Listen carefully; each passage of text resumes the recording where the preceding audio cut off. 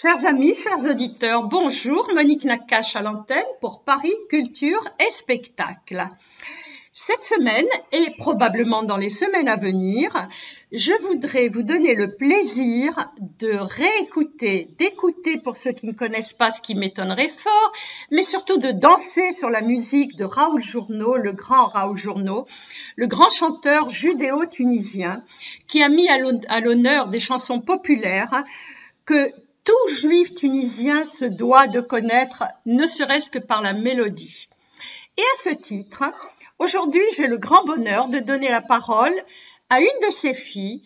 Bonjour Liliane. Bonjour Monique. Liliane, je suis ravie de donner la parole à une des 4 filles de Raoul Journo. C'est gentil. Et ça me fait grand plaisir. Tu sais combien Raoul est important dans la culture judéo-tunisienne. Et d'ailleurs, je dois dire, quand je dis judéo-tunisienne, toutes les grandes familles musulmanes à Tunis invitaient Raoul Journo pour le tour, les mariages. Raoul Journo était intemporel et Raoul Journo passait au travers, il n'y avait pas de différence entre religion, classe sociale ou autre. Raoul savait mettre un paravent, il semblait un petit peu austère, avec un petit sourire de coin, mais on savait très bien qu'il avait une tolérance énorme. Et là, aujourd'hui, je voudrais que tu nous rappelles qui était ton père, Raoul Journo, Liliane? Mon père, je peux dire que c'était un grand homme, un très bon père, un très bon mari. J'ai la chance d'avoir Raoul Journo. Je suis célèbre par mon père. Quand je dis que je suis la fille de Raoul Journo, toutes les portes me sont ouvertes et je suis reçue vraiment comme une personnalité. Et j'en suis très heureuse et Baruch Hashem, je suis très très heureuse et honorée d'être la fille de Raoul Journo. Alors justement Liliane, nous allons tout de suite, oui. Après avoir rappelé quand même que Raoul est né au début du siècle, il est né d'ailleurs en janvier en 1911, il est décédé, il est né à Tunis bien sûr, et comme il aimait rappeler, il est né dans un quartier très populaire, le Tronja, entre le Biben, il disait, Bab el-Bahar, et il y a une autre porte de Tunis, et nous allons tout de suite mettre les auditeurs avec une danse magnifique, Ya Samra.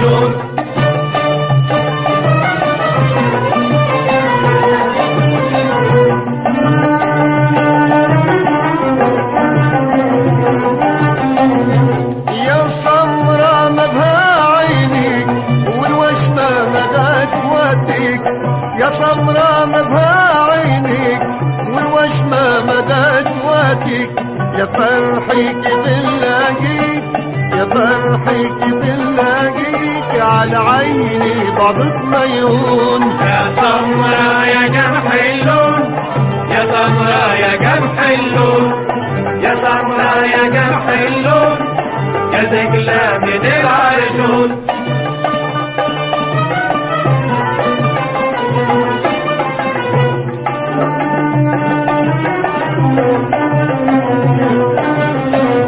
يا سمرة يا زين الوشمة على وجهك بنيت الحشمة يا سمرة يا زين الوشمة على وجهك بنيت الحشمة خليتي في قلبي رشمة خليتي في قلبي رشمة من حبك راني مفتون يا سمرة يا جمح اللون يا سمرة يا جمح اللون يا سمرة يا جمح اللون يا دجلة من العرجون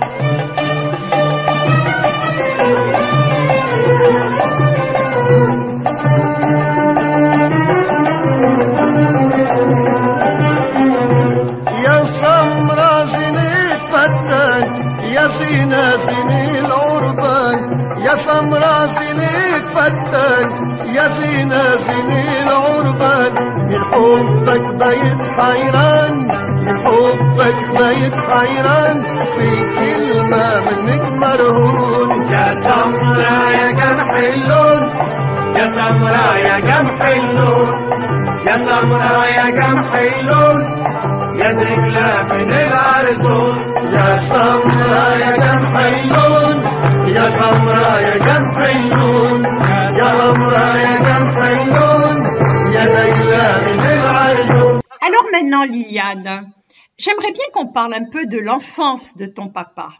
Oui, mon père est né dans une famille modeste, très modeste. Il a chanté quand il était jeune dans le chœur, comment ça s'appelait? Ouled El Bayout. Ouled El Bayout. Ouled El Bayout, oui. Il chantait très bien d'ailleurs depuis son plus jeune âge. Il était très apprécié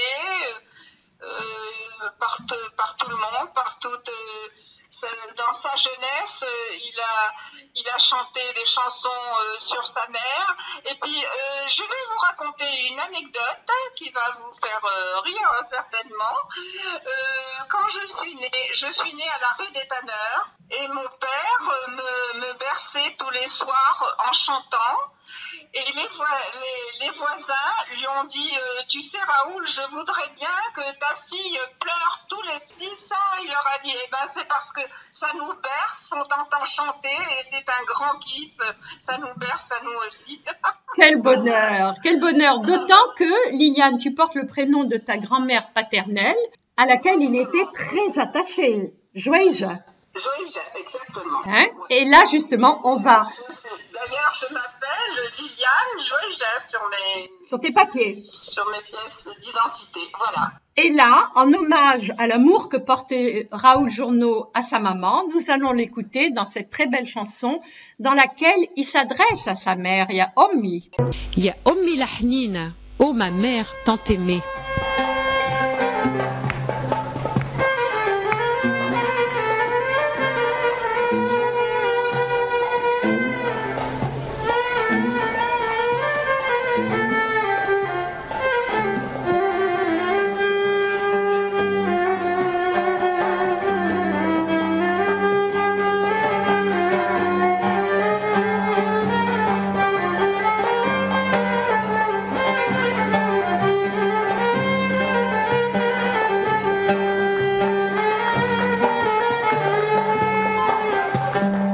غبتي عليا وعروج قلبي اشتاتك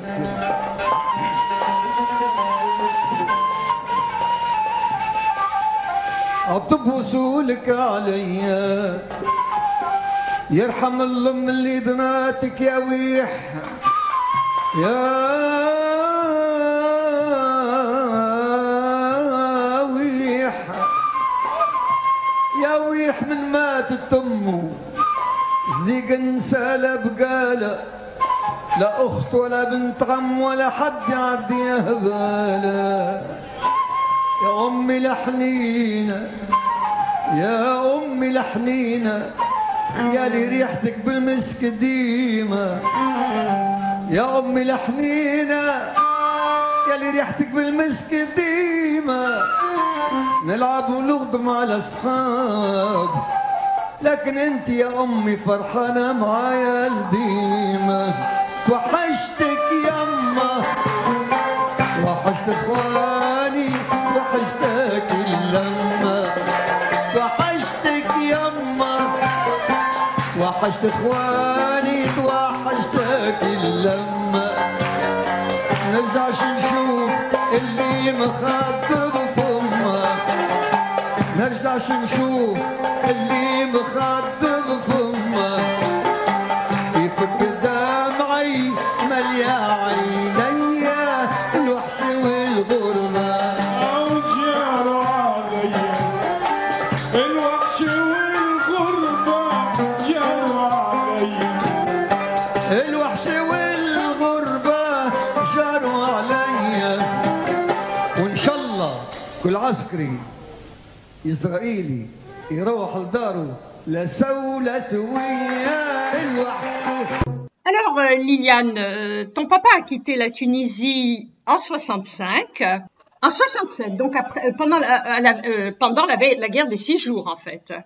Et il n'est revenu en Tunisie qu'en 93 pour le centenaire du lycée Carnot. Oui, il est retourné en Tunisie, où il a été reçu. Il a fait une soirée exceptionnelle Au théâtre municipal, je crois, non? C'est ça, pour les 100 ans du lycée Carnot. Et quand il est descendu de l'avion, dans une interview qu'il a donnée au journal La Presse, il a dit qu'il avait reçu en pleine figure les odeurs et la lumière de son pays natal qu'il aimait tant. Il aimait beaucoup la Tunisie, et nous aussi d'ailleurs. Et d'ailleurs, je crois qu'il a tout fait pour entraîner ses filles. Il disait, mes filles préfèrent aller à Jure-les-Pins maintenant, mais je vais tout faire pour les ramener en Tunisie. Nous avons eu le plaisir et l'honneur, mon mari et moi, de l'accompagner à Tunis et à Djerba, bien sûr, où il était reçu royalement, je peux dire. Raoul a toujours été le prince de la Tunisie. Mais c'est vrai, et les nombreux témoignages de Tunisiens sont extraordinaires sur les réseaux sociaux. Et à ce titre, compte tenu de l'amour de Raoul pour son pays natal, puisqu'en fait, Raoul a eu, indépendamment de ses parents géniteurs, il a eu son pays natal, la Tunisie, et son pays de cœur, qui est Israël. Et donc, nous allons l'écouter dans une très belle chanson, Salamt fik ya bled.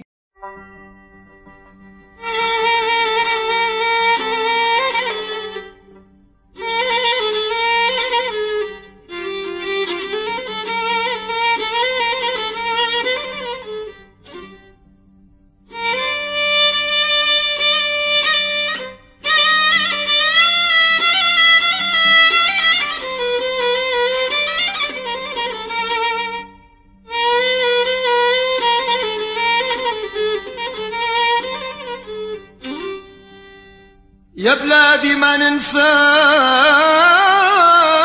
نتفكرك تهيج ناري.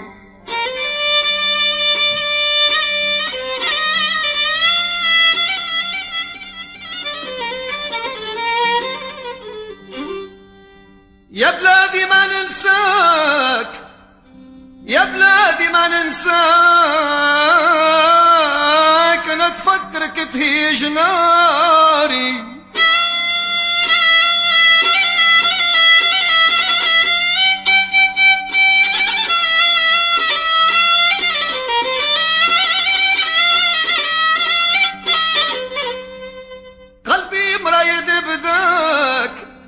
قلبي مريد بذاك يا رب حن وداري.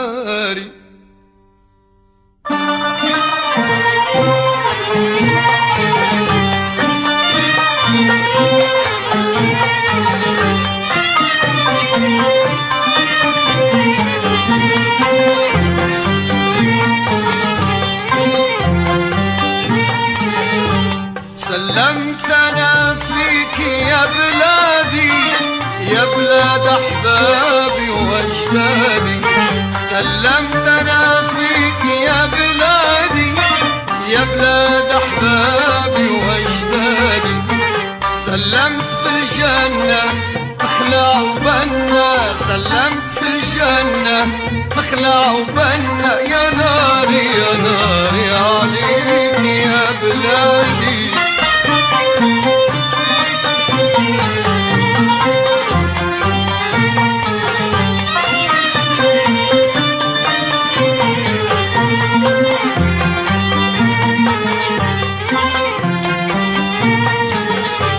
سلمت في بلادي المزيانة صواني بالغلة مليانة سلمت في بلادي المزيانة صواني بالغلة مليانة والنسمة والورد ريانة والنسمة والورد ريانة سلمت في زهوك يا بلادي يا ناري يا ناري عليك يا بلادي سلمت أنا فيك يا بلادي يا بلاد أحبابي وأجدادي سلمت أنا فيك يا بلادي يا بلاد أحبابي وأجدادي سلمت في الجنة خلع وبنا سلمت في الجنة خلع وبنا يا ناري يا ناري عليك يا بلادي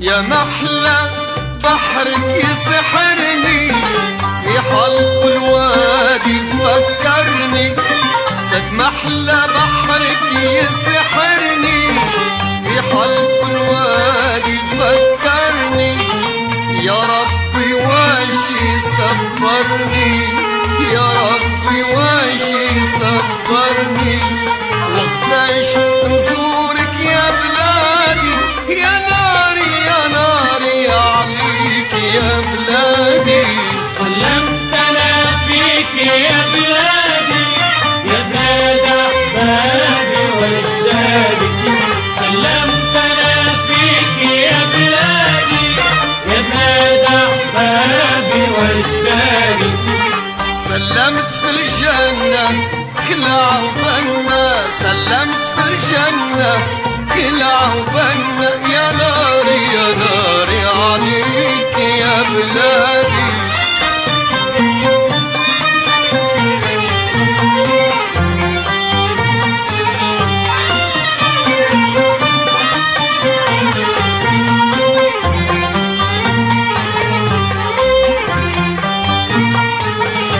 يا بلادي شمسك لحنينة تزرق في وسط جنينة يا بلادي شمسك لحنينة تزرق في وسط جنينة تحيي الفلة والياسمينة تحيي الفلة والياسمينة ما فما بلاد كيف بلادي يا ناري يا ناري عليك يا بلادي سلمت أنا فيك يا بلادي يا بلاد أحبابي وأجدادي سلمت أنا فيك يا بلادي يا بلاد أحبابي وأجدادي سلمت في الجنة خلع وبنا سلمت في الجنة خلع وبنا يا ناري يا ناري عليك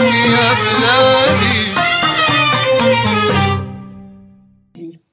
Alors Liliane, en parlant de ton père, on ne peut pas oublier de dire qu'il fut l'élève du grand Asher Mizrahi. Il reprit d'ailleurs certaines chansons d'Asher Mizrahi que nous affectionnons particulièrement. Et je pense que toi, tu as dû baigner dans cette musique.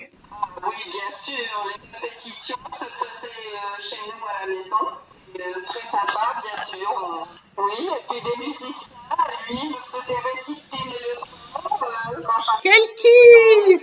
Quel kiff! Alors Liliane, on va écouter ton papa chanter, interpréter une très belle chanson d'Acher Mizrahi, Yenesh el Farah.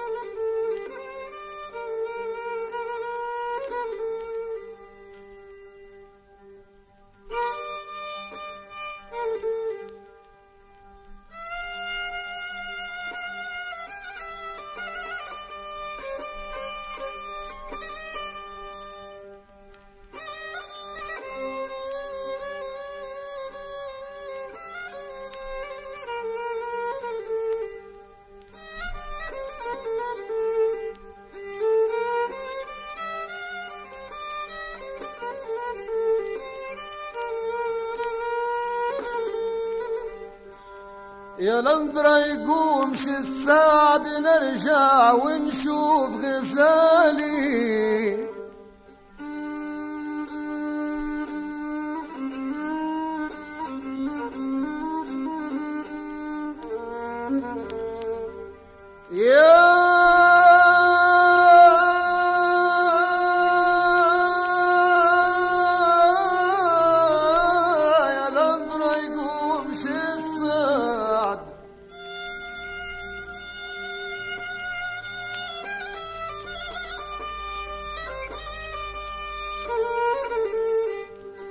نرجع ونشوف غزالي نشبح خياله من البعد كيف أول وكيف تاني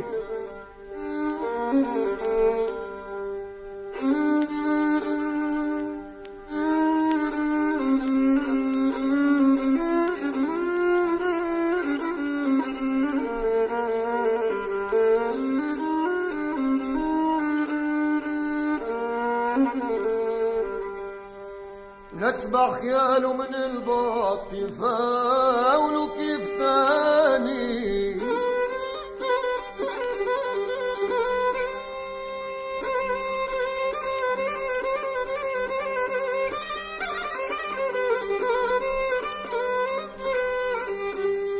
نشبع خياله من البعد كيف أول وكيف تاني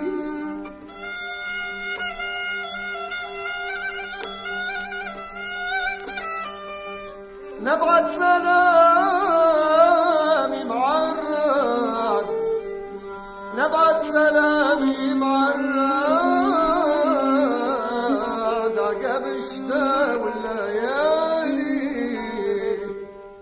هيو يا ناس الفرح قد الهنا والقلب انشرح العذاب بكله راح تجينا والقمر منور والدنيا زينة تعالوا معايا للقبلة يا بنات الآلة والطبلة هيو يا بنات مع الحفلات هيو يا ناس الفرح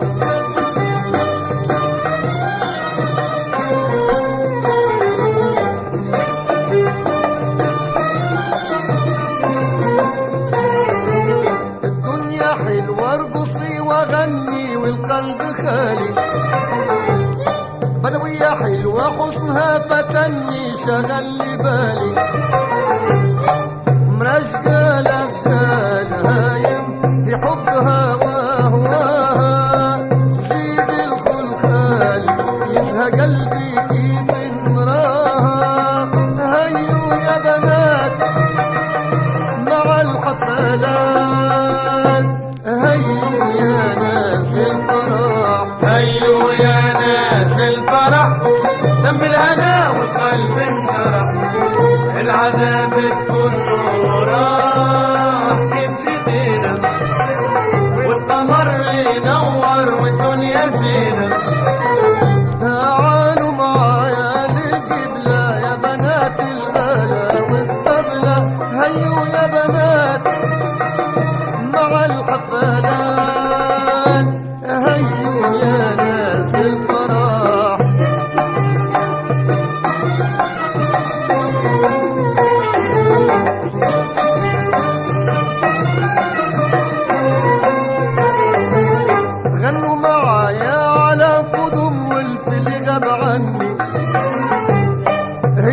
هنايا وهي فرحي وهي فني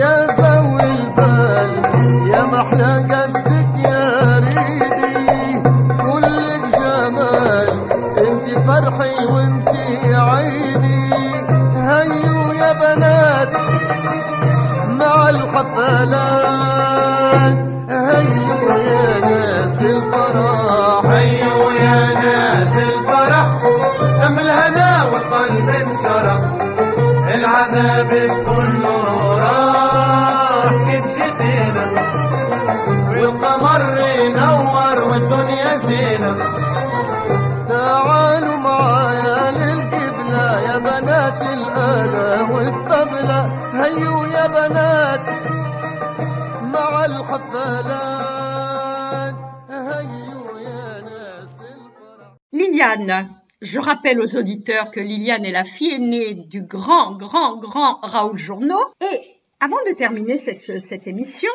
je souhaiterais faire passer un tahlil de Raoul. Pourquoi ne pas commencer par le tahlil l'Arousa?